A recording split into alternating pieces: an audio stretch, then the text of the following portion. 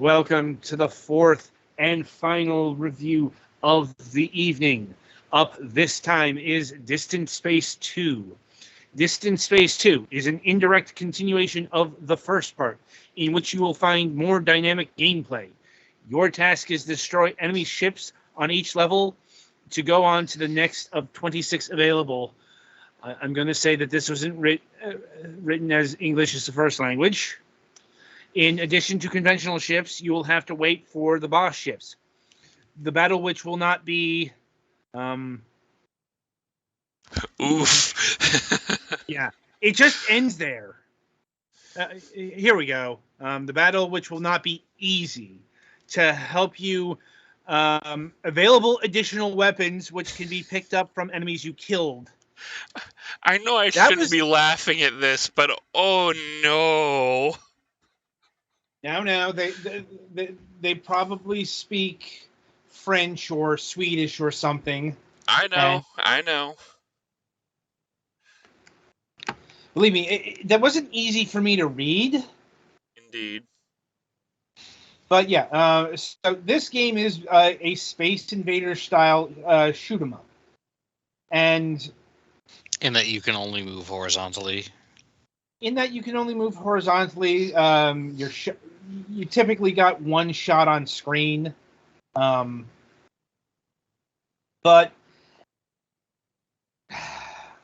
I'd say it's even more basic than Space Invaders. I know that's quite the statement, but you can see the screenshots and the video. Petty Fan couldn't run this because no windowed mode. And I was having some weird frame rate issues when I really should not be. Like, you'll notice that there's no defensive barriers. Like, which puts it more in the camp of Space Invaders clone Astromech or something like that. God, it's been a hot minute since I've heard that name. Intellivision represent. Now obviously it does have some more, I guess, modern accoutrements in that it does have power-ups. They're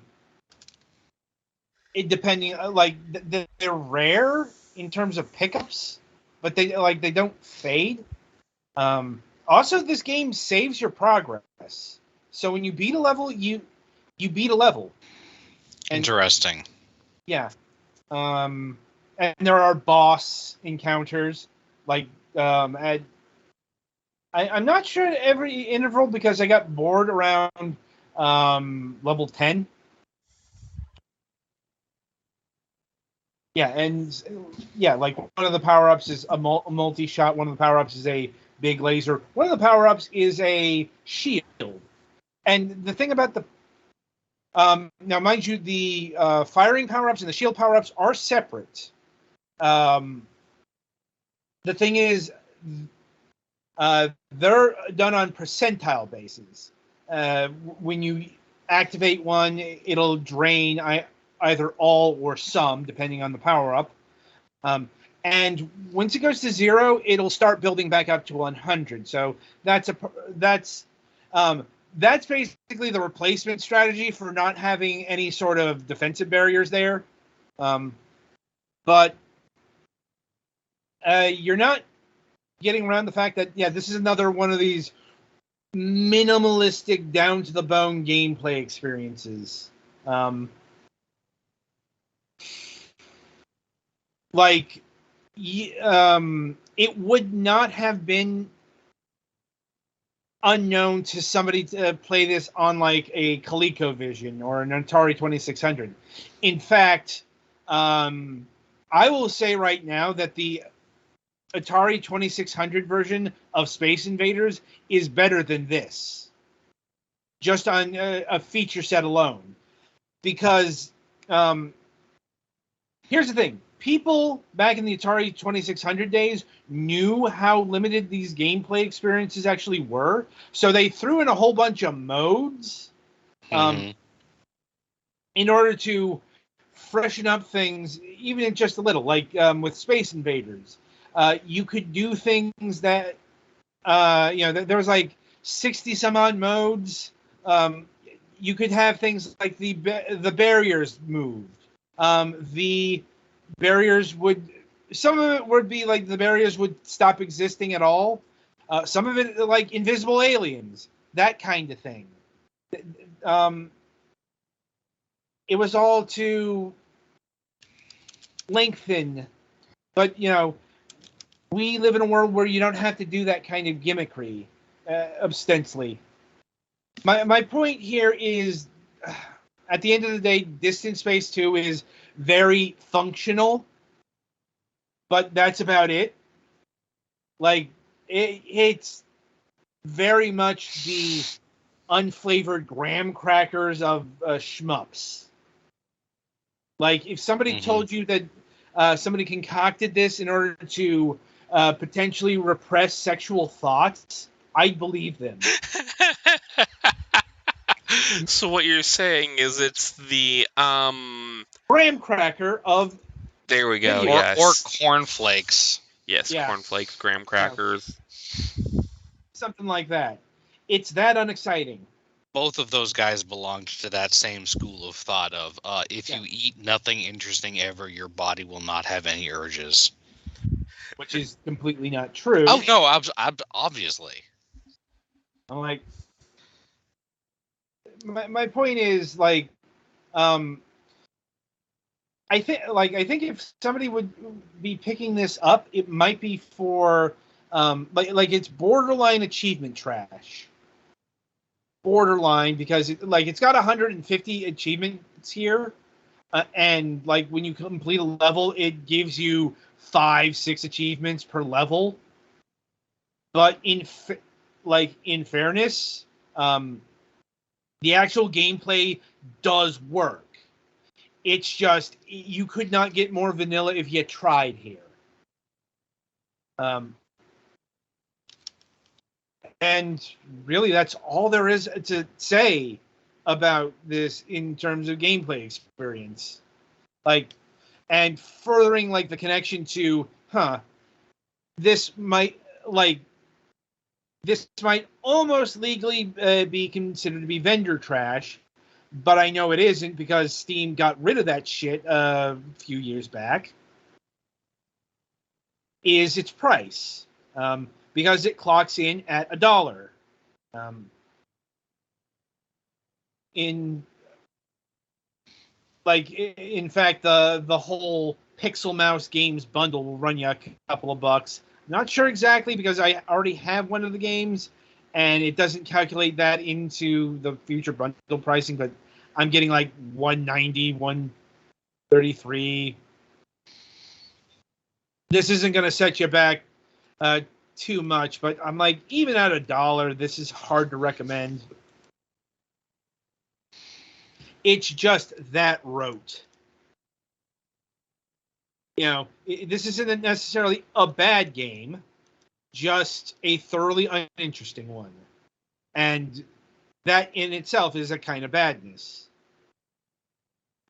So, yeah, not really anything else to say about this one. And this is kind of the developer's motif. Like, literally one of the games that they put out is minimalism. So they know what they're going for, and they achieve that. It's just, minimalism isn't always interesting. And this is one of those times. All right, so yeah, that'll about do it for Distant Space 2 here. And that will bring us to the end of the review session. So, the week ahead. Coming up on Wednesday, October 26th, knock on wood, given how this month has been going. I mean, we've had 3 You're weeks not wrong. I was just, commiserating. Right. Anyway, we'll be having Marcus Maximus Mira of Cygnus Software on the program. I've actually been looking forward to this. not who I was angling to get from Cygnus Software. If you don't know the name, Cygnus Software is actually the new development studio from Ken and Roberta Williams, aka the literal inventors of the adventure game genre, and the co-founders of Sierra. Marcus is actually a longtime business partner of his. Anyway, Cygnus Software, they are working on a 3D VR remake of the Colossal Cave Adventure, which was kind of one of the preeminent names in interactive fiction / text adventure games. Admittedly, I don't know a lot of that. I did manage to play some of those text adventure games in the 90s, thanks to the Infocom Lost Treasures. That was not one of them. So, and we're talking about a game that goes all the way back to the fucking 70 mainframe days. Oh, wow. Yeah. So I'm looking forward to that nonetheless. And I did hear from the PR rep over at Cygnus today, in fact, and we are still on track. We do have a new episode of Moonhawk Studios Presents as well, and the guest there has confirmed. So everything's looking shipshape for Wednesday. No Friday show this week. So, hooray for sleeping in on that day. Mm-hmm. And yeah, that is the week ahead.